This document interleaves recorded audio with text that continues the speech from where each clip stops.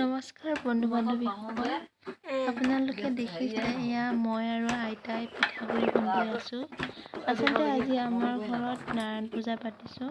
নাৰায়ণ পূজা উপলক্ষে আমি পিঠাগুড়ি খুন্দিছোঁ, যিহেতু ভোলৰ বাবে পিঠাগুড়ি লাগিব।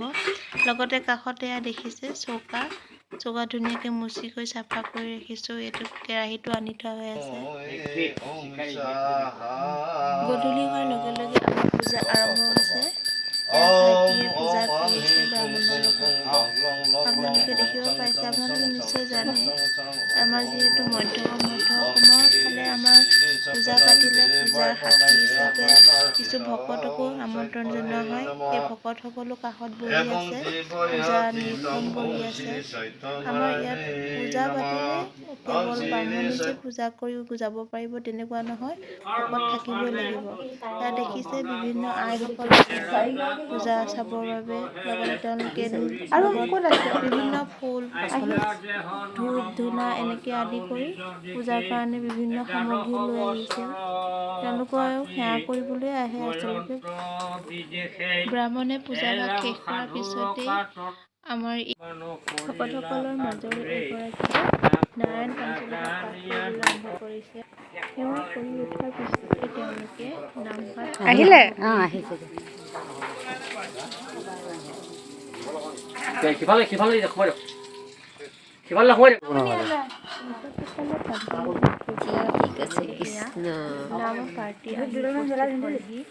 নাম পাৰ্টিৰ সকলৰ ইফালে সদস্যসকলৰ সন্মুখত আমি ইটোফালে আমাৰ সেৱা কৰিব ওলাইছোঁ। তেওঁলোকে নামভাগ যাতে আমাৰ অনুৰোধ মৰ্মে আছে আৰম্ভ কৰে।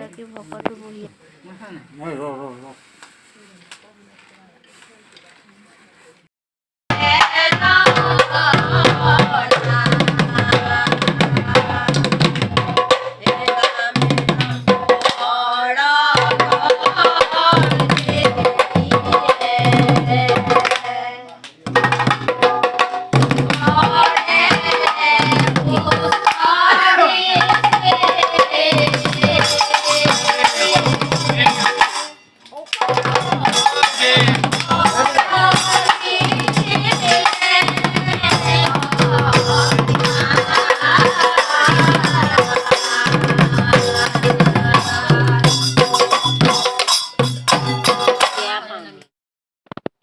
প্ৰায় 2 ঘণ্টা জুৰি নাম প্ৰসংগ হোৱাৰ পিছত প্ৰসাদ বিতৰণ কাৰ্য আৰম্ভ হয়।